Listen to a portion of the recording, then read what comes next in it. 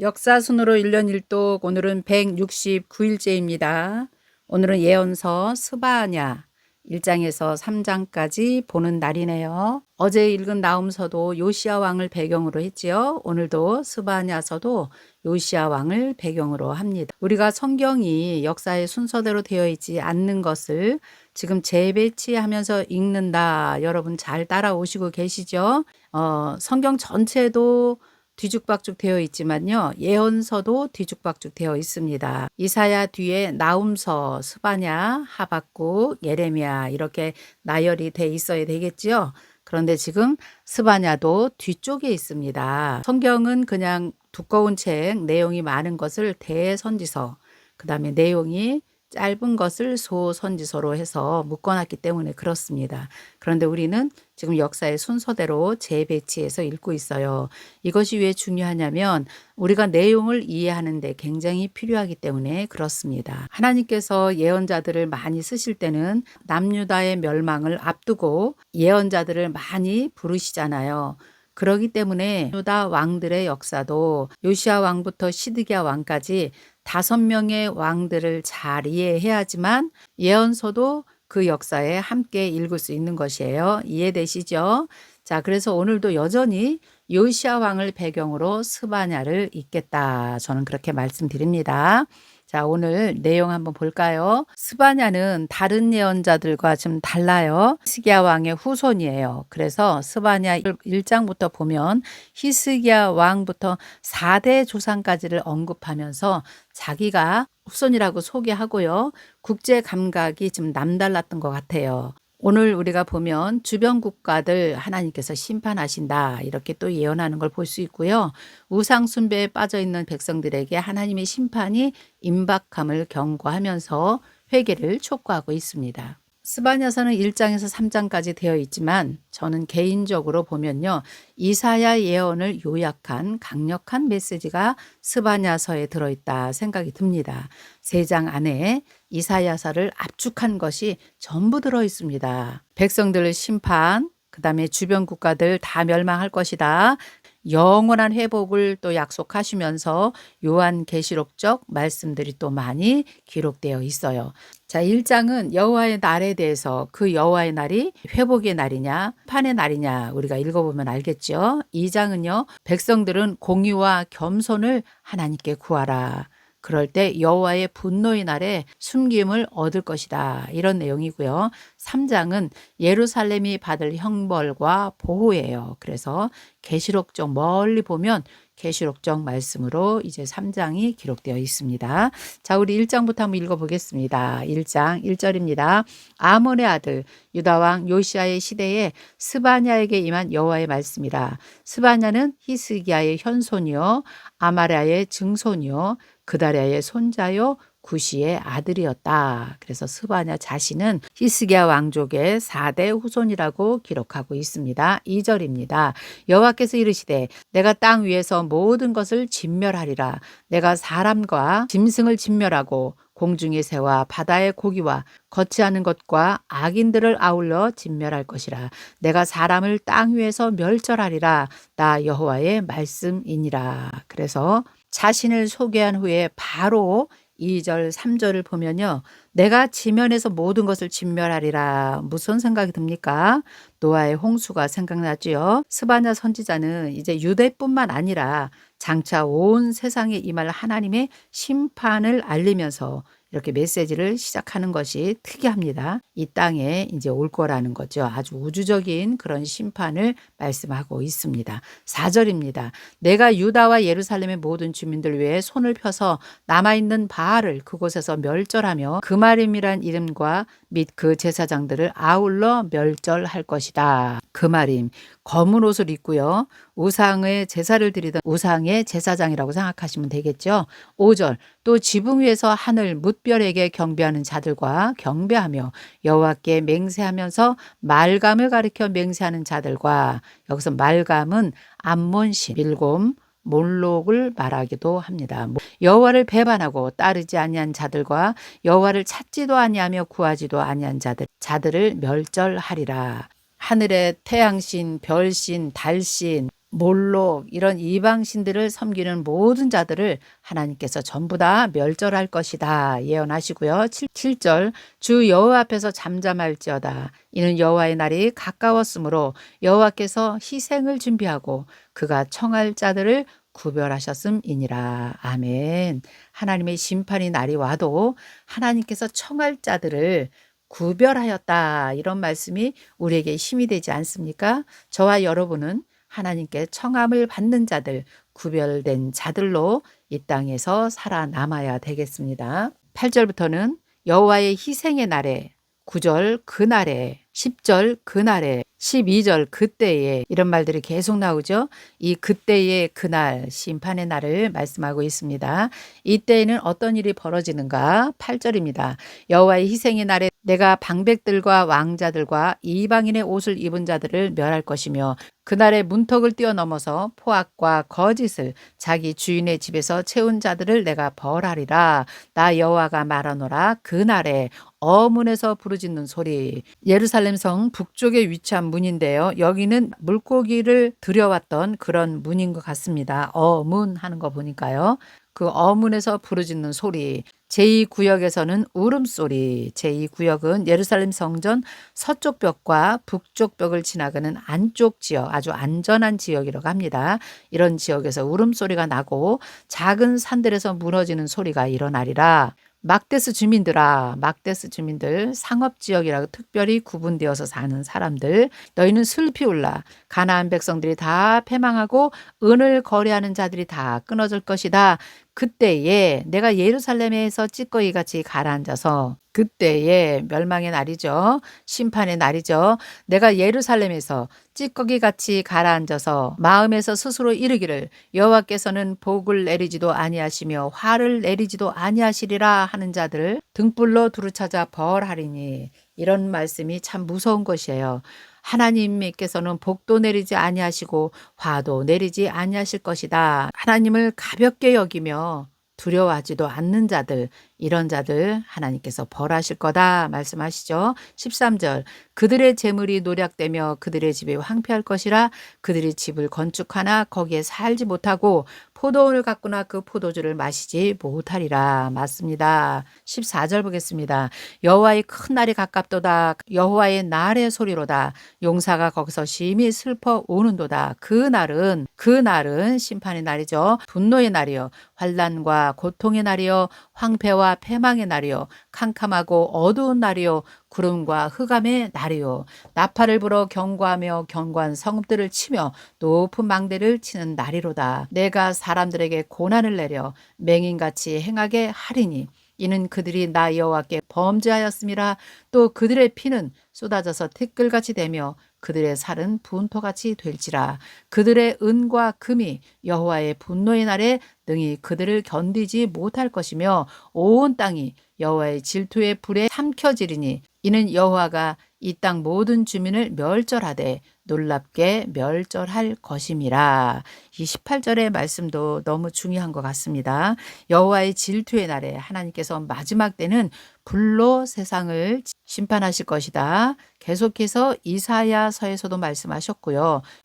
스바냐에서도 계속 말씀하시죠. 계시록에서도 말씀하세요. 마지막 때는 불로 내가 심판할 것인데 불로 심판할 때는 은과 금이 있다 할지라도 하나도 너희가 견디지 못할 것이다. 이렇게 말씀하고 있지요. 아주 중요한 말씀입니다. 마지막 때 우리가 준비할 것은 금보다 귀한 믿음만을 소유하는 것이 가장 중요한 것이라고 말씀하고 있습니다. 자, 이 말씀을 베드로후서 3장 10절에서도 베드로도 이 말씀을 가지고 다시 한번 풀어주셨는데요. 우리 한번 보고 넘어갈까요? 베드로후서 3장 10절입니다. 그러나 주의 날이 도둑같이 오리니 그날에는 하늘이 큰 소리로 떠나고 물질이 뜨거운 불에 풀어지고 땅과 그 중에 있는 모든 일이 드러나리로다. 이런 말씀을 하고 있지요. 12절 하나님의 날이 임하기를 바라보고 간절히 사모하라. 그날에 하늘이 불에 타서 풀어지고 물질이 뜨거운 불에 녹아지려니와 우리는 그의 약속대로 의가 있는 곳인 새 하늘과 새 땅을 바라보는도다. 아직은 계시록을 쓰지 않을 때인데요. 베드로도 이런 것을 고백한 것을 보면 하나님의 날이 임박할 때 우리는 하나님의 날을 사모하는 마음만 가지라고 지금 말씀하고 계십니다. 금과 은이 아무 소용이 없습니다. 자, 2장입니다. 너희는 공의와 겸손을 구하라 말씀하고 계시죠. 이웃나라 블레셋, 모압, 암몬, 굿수, 아수르 이런 나라 모두 하나님께서 벌을 내릴 것이다. 이렇게 기록되어 있는 것이 2장입니다. 2장 1절 수치를 모르는 백성들아 모일지어다. 명령이 시행되어 날이 겨같이 지나가기 전 여호와의 진노가 너희에게 내리기 전 여호와의 분노의 날이 너희에게 이르기 전에 그리할지어다. 어떻게 해야 될 것이냐. 3절입니다.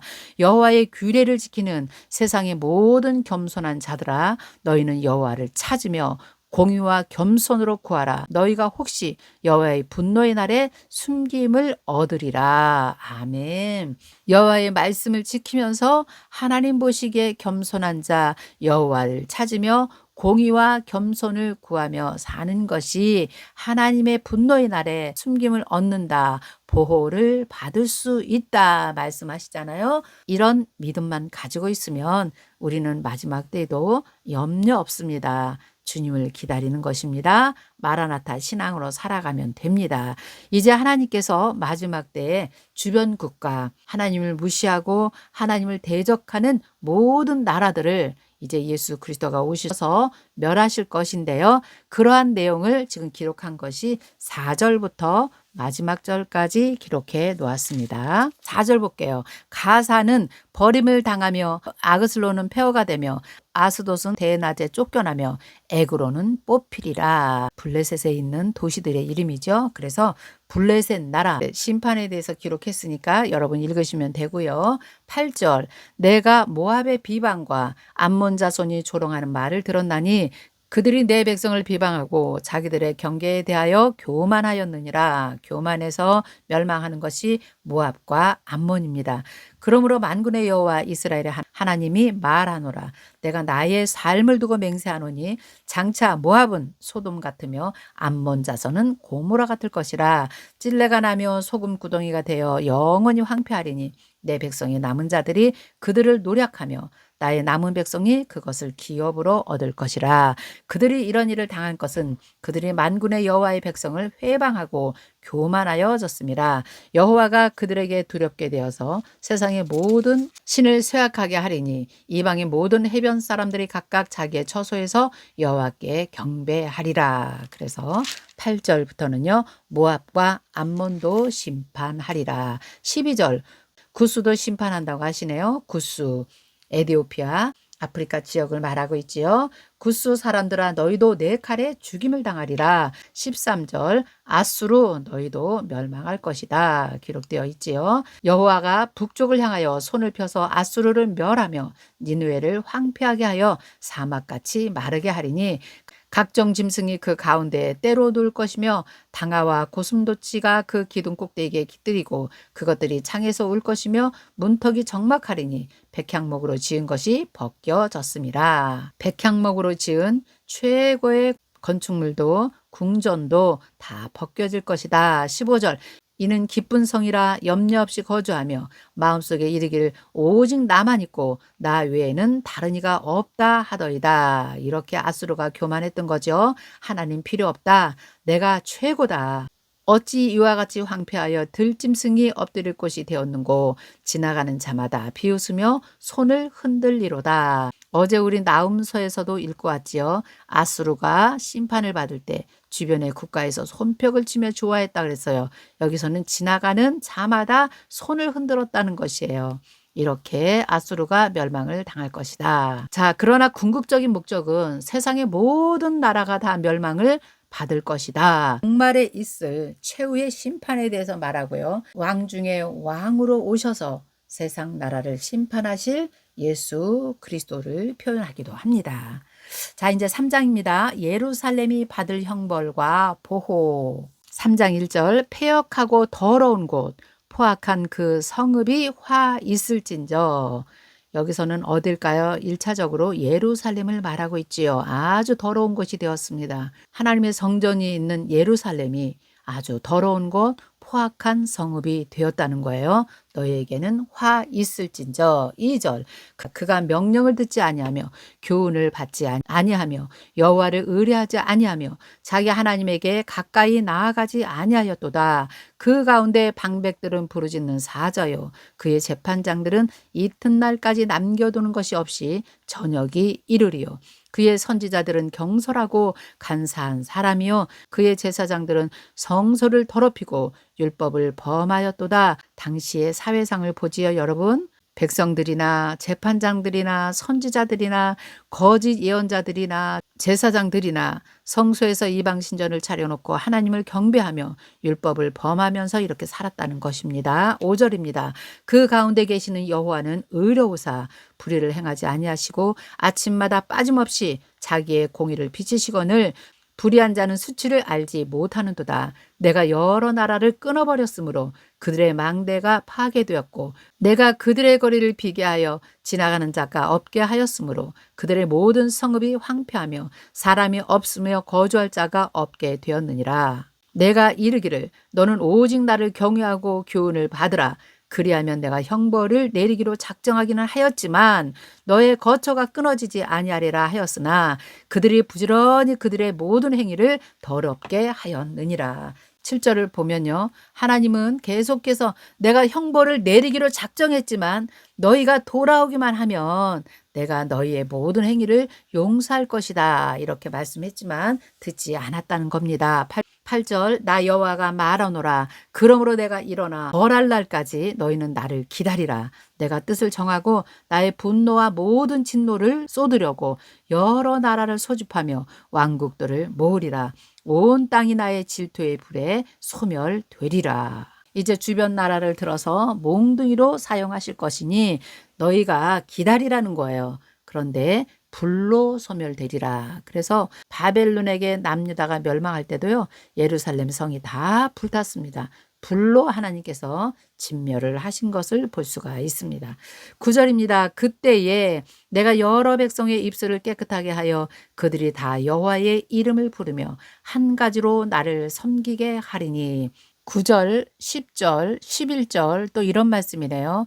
너희가 회개하고 돌아오지 않을 때 그때에 내가 여러 백성의 입술을 깨끗하게 하여서, 이방인들이죠, 그들이 다 여호와의 이름을 부르며 한 가지로 나를 섬기게 하리니 너희의 남은 자들과 이방인들이 다 나를 섬길 것이다. 그때에 10절 내게 구하는 백성들 곧 내가 흩은 자의 딸이 구스 강 건너편에서부터 예물을 가지고 그 날에 뇌가 내게 범죄한 모든 행위로 말미암아 수치를 당하지 아니할 것은 그때에 내가 뇌 가운데서 교만하여 자랑하는 자들을 제거하여 뇌가 나의 성산에서 다시는 교만하지 않게 할 것이라. 그렇지요. 남은 자들이 이방인들과 함께 내 성산에 오를 것이다, 이런 말씀입니다. 12절 내가 곤고하고 가난한 백성을 내 가운데서 남겨두리니 그들이 여호와의 이름을 의탁하여 보호를 받을지니라. 이스라엘의 남은 자는 악을 행하지 아니하며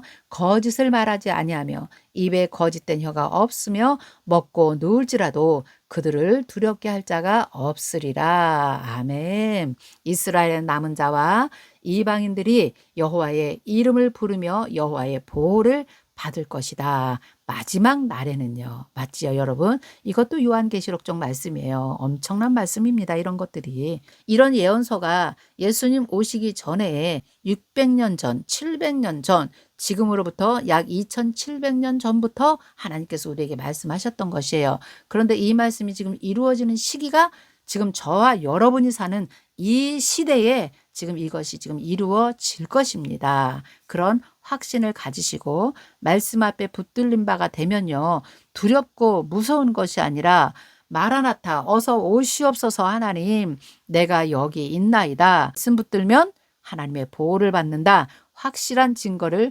붙들고 여러분들이 사시기를 바랍니다. 이제 마지막 14절부터 20절까지는 다시 하나님께서 회복의 메시지를 주시는데요. 그 내용이 너무 좋아요. 하나님께서 백성들과 함께 임재해 주시고 내가 너희와 함께 동행할 것이다. 이런 말씀이에요. 임마누엘로 오셔서 우리와 함께 하시겠다는 그런 아주 소망적인 말씀이 14절부터 20절까지예요. 한번 읽어볼게요. 시온에 따라 노래할지어다. 이스라엘아 기쁘게 부를지어다. 예루살렘 따라 전심으로 기뻐하며 즐거워할지어다.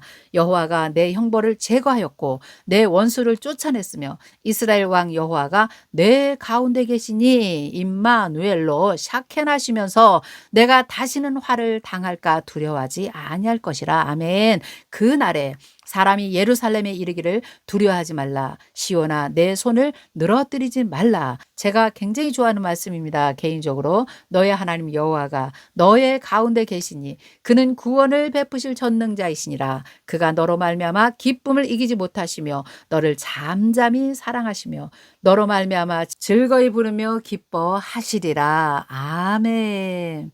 성령께서 지금도 저와 여러분 가운데 계시고 하나님께서 우리를 사랑하시되 잠잠히 사랑하신다. 아주 포근한 하나님의 사랑, 그런 것을 표현한 것이라고 보시면 될 것 같아요. 18절 내가 절기로 말미암아 근심하는 자들을 모으리니 그들은 내게 속한 자라. 그들에게서 지워진 짐이 치욕이 되었느니라. 18절 같은 말씀은요. 이제 세계 열방 가운데 흩어져 있는 유대인들, 디아스포라들, 이런 사람들이 절기가 되면 근심을 했다 그랬죠. 얼마나 예루살렘으로 돌아가고 싶겠습니까?